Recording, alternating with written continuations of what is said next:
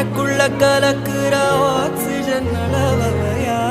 யாரவ நூத்துக்கு நூறவதான் என்னவளா ஒரலையவ கலையவ அழகிய நிலவவ நிழலிலும் ஜொலிக்கிற நிரந்தர ஒளியவ சரியவ தவறவ சிரிக்கிற சிரிப்புக்கு அவதான் காரணமா